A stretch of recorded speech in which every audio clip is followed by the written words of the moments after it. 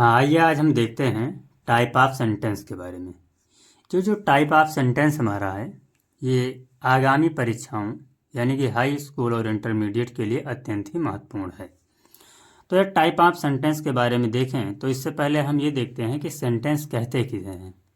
तो जैसा कि आप सभी लोग या हम सभी लोग पहले पढ़ चुके हैं कि sentence is the group of meaningful words, यानी कि सेंटेंस क्या होता है, कुछ मीनिंगफुल वर्ड्स के ग्रुप्स होते हैं जिन्हें हम सेंटेंस कहते हैं। जैसे कोई भी सेंटेंस नॉर्मली ले लिया जाए या जब हम लिखते हैं, जैसे कि कोई सेंटेंस ले लिया जाए कि जैसे मैं बाजार जाता हूँ, तो यदि हिंदी में देखा जाए तो इस सेंटेंस में दो या दो से अधिक वर्ड्स के ग्रुप हैं, यानी कि शब्दों के समूह हैं। इसी प्रकार यदि टाइप ऑफ सेंटेंस के बारे में देखें तो टाइप ऑफ सेंटेंस मोस्टली 4 प्रकार के होते हैं। जैसा कि हम पिछली कक्षाओं में पढ़ चुके हैं कि ये चारों इस प्रकार हैं। जैसे पहला होता है एसरेटिव सेंटेंस, दूसरा होता है इंट्रोगेटिव सेंटेंस, तीसरा होता है इंपरेटिव सेंटेंस और चौथा होता है एक्सक्लामेटरी सेंटेंस।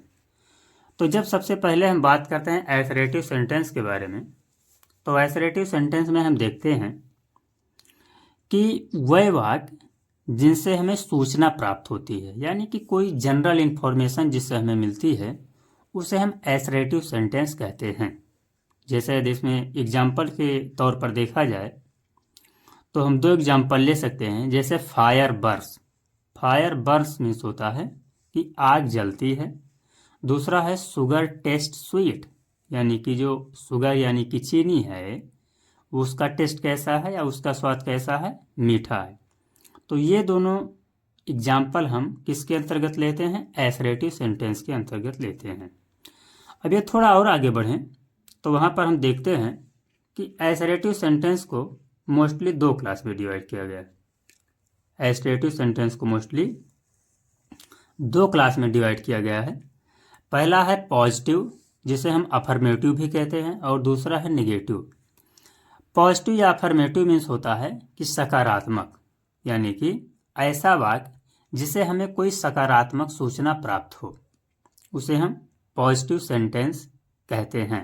जैसे यदि इसका एक उदाहरण लिया जाए तो यहाँ पर हम देखते हैं कि the sun rises in the east, यानी कि जैसा कि आप पढ़ चुके हैं कि जो सूरज होता है वो पूरब में उगता है या निकलता है, तो इसी को हम कहते हैं कि the sun rises in the east, यानी कि सूरज पूरब में निकलता है।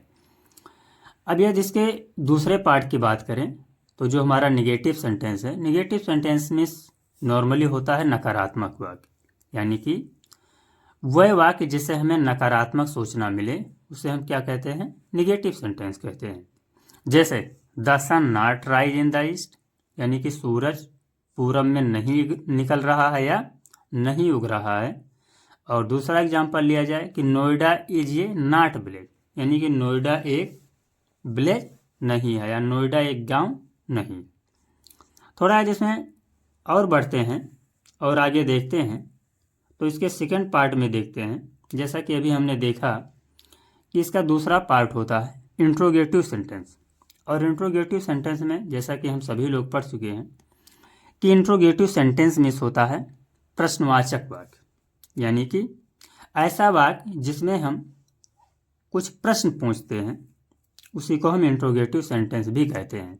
और इस प्रकार के सेंटेंस को क्वेश्चन मार्क लगा करके या क्वेश्चन मार्क का सिंबल लगा करके लिखा जाता है। जैसे इसमें एग्जाम्पल के थ्रू देखें तो इसमें एग्जाम्पल के थ्रू देखा जाए तो व्हाट इज योर नेम या where do you live. What is your name means आपका क्या नाम है, या वेयर डू यू लिव आप कहाँ रहते हैं। इसमें ये दोनों एग्जाम्पल बेस्ट हैं। अब यदि इसमें हम सबसे इम्पोर्टेंट सेंटेंस की बात करें जो कि आज हमारे पढ़ने का मेन मोटिव है, तो उसमें हमारा फर्स्ट है इम्परेटिव सेंटेंस। जैसा कि यहाँ पर आप देख चुके हैं सी नंबर में, यहाँ पर है इम्परेटिव सेंटेंस। और इम्परेटिव सेंटेंस वह वाक्य होते हैं जिनसे आज्ञा यानी कि ओबे, निवेदन, प्रस्ताव आदि प्रकट होते हैं। ये इम्परेटिव सेंटेंस कहलाते हैं।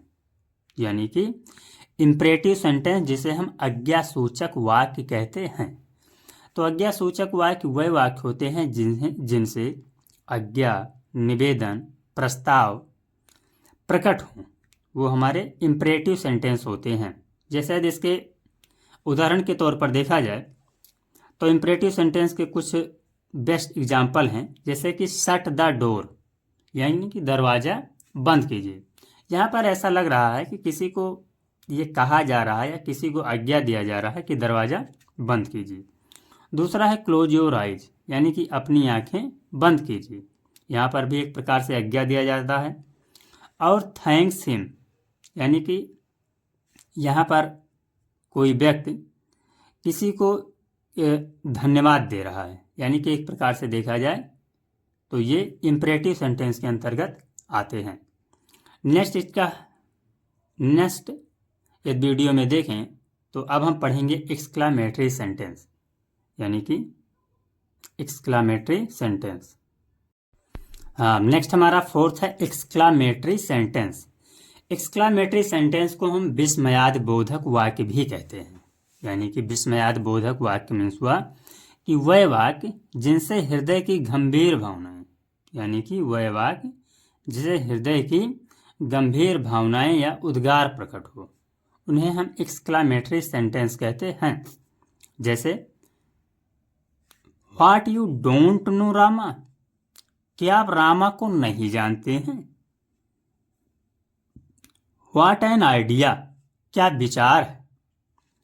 How very cold the night, यानी कि रात कितनी ठंडी थी या रात में कितना ठंडक पड़ रही थी। तो ये जो एग्जाम्पल हैं ये एक प्रकार से एक्सक्लामेटरी सेंटेंस के हैं और यहाँ पर हमारा टाइप ऑफ सेंटेंस कंप्लीट होता है। अब इसके आगे नेक्स्ट वीडियो में हम देखेंगे डायरेक्ट और इनडायरेक्ट, जो कि हाई स्कूल और इंटरमीडिएट के लिए अत्यंत ही महत्वपूर्ण है। धन्यवाद।